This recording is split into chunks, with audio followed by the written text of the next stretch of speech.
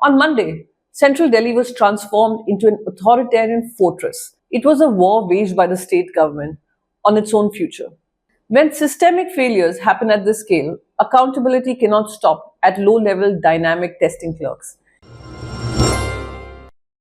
Hello and welcome to Straight Talk with PC. It is my show and it gives me a platform to share my unfiltered take on the burning issues of the country. Today, let's look straight into the eyes of a system that has lost its moral compass. We are talking about the massive historic breakdown of trust on the streets of our national capital. What we witnessed during the Chalo Sansad March wasn't just a law and order situation, it was a war waged by the state government on its own future. When tens of thousands of young students mobilized under the banner of Cockroach Janata Party and major state student unions, they marched peacefully towards the parliament. They were not demanding a handout, they were demanding accountability for a thoroughly compromised educational ecosystem. And how did the state respond? We would have expected them to give them a patient hearing, speak to them, engage with them, have a dialogue with them. Not with dialogue, not with empathy, but with batons, tear gas, and mass detentions. Today, we break down the hard facts, the undeniable data, and the sheer brutality that has shaken the conscience of this nation. And probably every parent who was watching that. Let's talk numbers because the government seems to have forgotten them.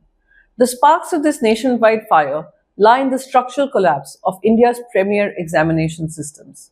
The catastrophic paper leaks and irregularities in national competitive exams like NEET UG 2026 have directly thrown the lives of millions of hardworking students into total chaos. मेरा तो बेटा ले गए, वो मेरा बेटा है, वहाँ पे फोटो लगी है, वो मैं उसका पापा हूँ।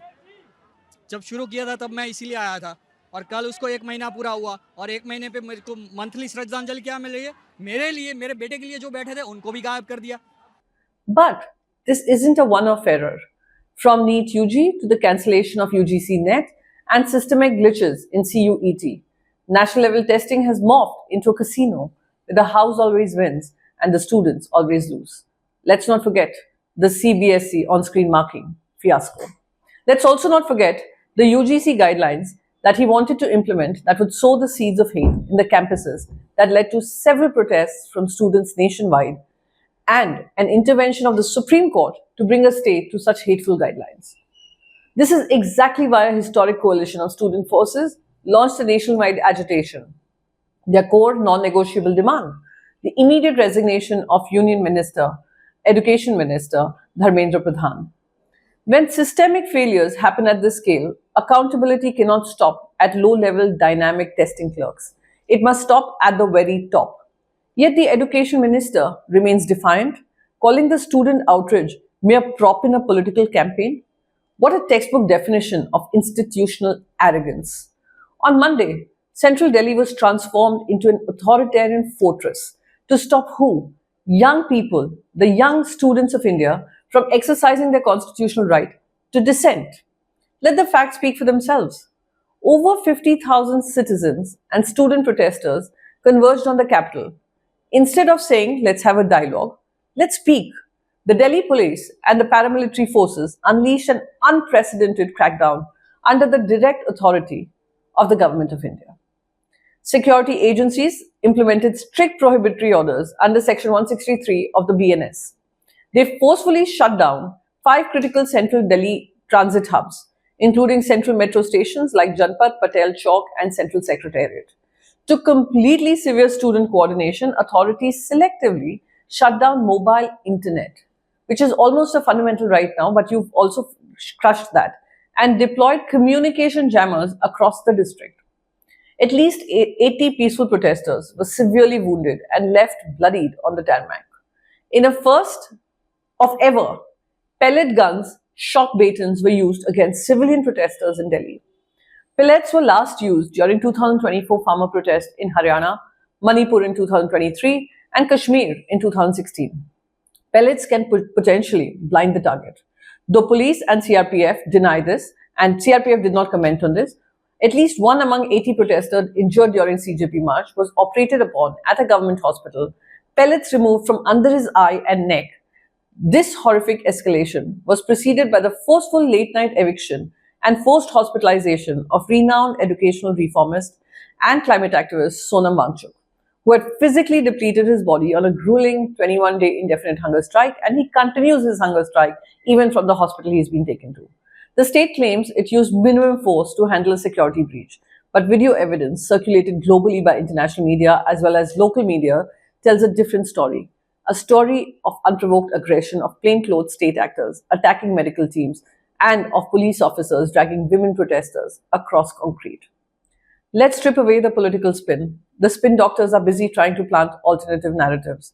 They're registering multiple criminal FIRs against injured teenagers, claiming foreign conspiracies, and labeling a spontaneous mass movement of broken, frustrated students as an engineered political plot.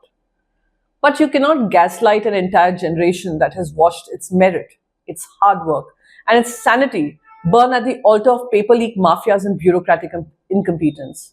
Look at the poignant contrast of Monday evening. After hours of facing devastating lathi charges and being battered by state machinery, the departing student demonstrators at Jantar Mantar stood up and sarcastically applauded the retreating police forces.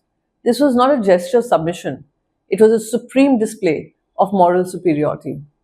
It was Gen Z telling this administration, you have the weapons, but we have the truth. The government thinks that by clearing Jantar Mantar, tearing down makeshift tents, and deploying internet jammers, they can silence this fire. They're wrong. This movement did not start in a political office. It started in the frustrated hearts of millions of middle class families whose children's futures have been compromised by institutional corruption. To the Education Minister Dharmendra Pradhan, I say, if a corporate CEO presided over a collapse that ruled millions of clients, they would be fired within minutes, not, I would say, in seconds. But why is it that a public servant like you gets a free pass? To the Government of India and especially the Home Ministry, batons can break bones, but they cannot crush ideas. The youth of India are unbowed. They're returning to the streets and they're not backing down. And to the media, the mainstream media, which tries to defend this action, which tries to play its own victim card, please understand this story is not about you. This story is not about defending the government. This story is about backing the futures of thousands of our students who are expecting better accountability, even from its fourth pillar of democracy, the media. Thank you, and please share your comments on what you feel about this, and keep writing to us, keep putting down your comments, and of course, do not forget to share, follow, and press that little bell that alerts you on all updates on my channel.